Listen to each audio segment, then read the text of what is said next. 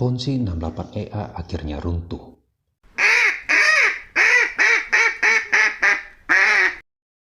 Bagi kalian para investor 68EA, apa benar 68EA telah runtuh? Dari beberapa komentar di channel YouTube saya, kabarnya beberapa investor sudah tidak bisa melakukan penarikan dan saldo di akun mereka telah menjadi nol. Ada juga informasi yang menyatakan bahwa hal ini disebabkan oleh peretasan hacker. Saya kurang tahu apakah ada pemberitahuan resminya atau tidak.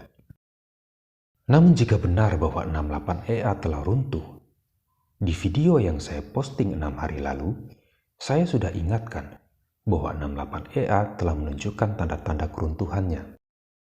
Jadi bukan karena serangan hacker, itu hanyalah modus.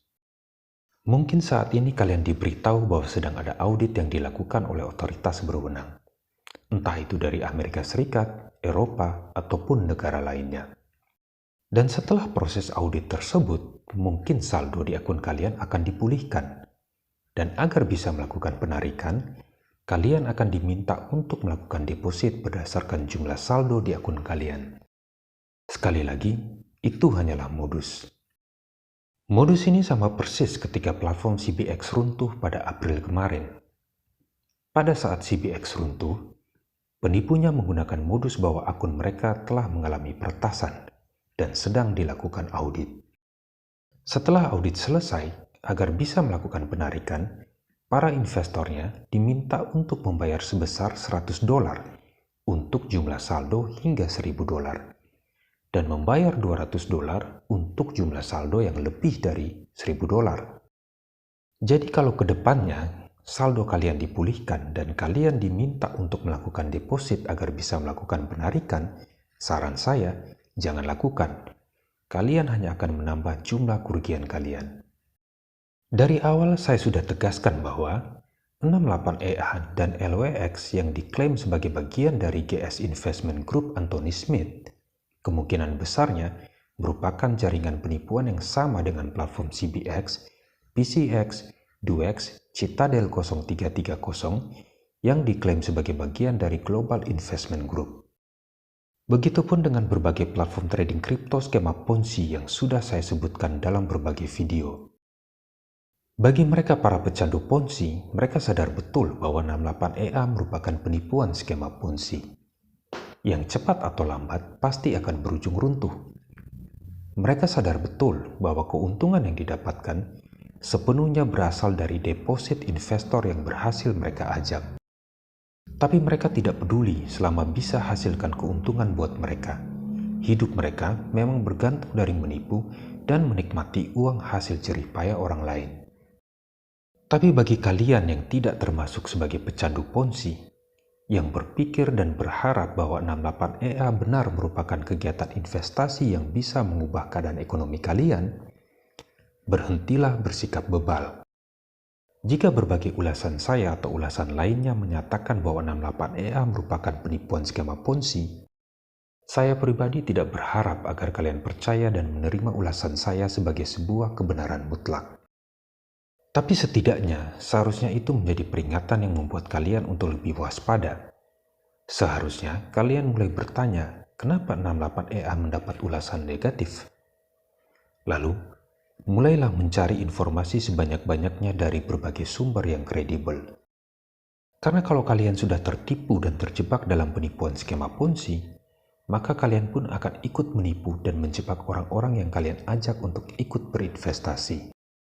Begitu seterusnya, skema Ponzi terus berlipat ganda hingga menimbulkan kerugian bagi ribuan orang. Ingat, dalam skema Ponzi, agar bisa memberikan keuntungan bagi satu orang, membutuhkan tumbal dari beberapa orang. Itu sebabnya, jumlah orang yang dirugikan selalu jauh lebih banyak dari jumlah yang diuntungkan. Bisa saja, orang yang kalian ajak berinvestasi di 68EA, situasi ekonominya jauh lebih buruk dari kalian. Mereka benar-benar berharap dengan berinvestasi di 68EA bisa mengubah kehidupan ekonomi mereka. Setelah menjual atau menggadaikan berbagai aset mereka untuk berinvestasi di 68EA, bukannya untung, malah buntung. malah menjadi musibah bagi mereka, kehilangan aset, terlilit utang, dan sebagainya. Bayangkan dampak yang ditimbulkan tersebut. Jadi, bersikap bijaklah. Sebelum investasi tersebut merugikan kalian dan orang-orang yang kalian ajak berinvestasi, pastikan investasi tersebut benar-benar terdaftar di otoritas yang berwenang, bukan penipuan skema Ponzi. Dan terakhir, jika benar bahwa 68EA telah runtuh, saran saya, segera ambil tindakan. Jangan berikan waktu bagi para penipu untuk membawa kabur uang kalian. Segera kumpulkan bukti seperti bukti transfer, bukti percakapan, bukti dokumentasi kegiatan offline, online, dan sebagainya. Bentuklah komunitas korban dan laporkan penipuan 68EA ke otoritas yang berwenang. Lalu siapa yang harus dilaporkan? Pada dasarnya, yang harus bertanggung jawab sepenuhnya adalah sang bandar Ponzi atau dalang penipuannya. Namun yang harus dipahami adalah sebuah skema Ponzi tidak pernah bisa menyebar luas dengan sendirinya dan merugikan ribuan orang.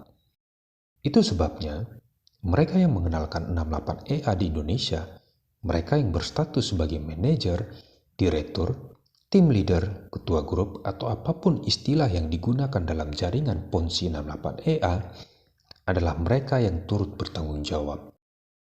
Persoalan apakah mereka juga merupakan bagian dari korban, itu kewenangan otoritas penegakan hukum untuk memutuskannya.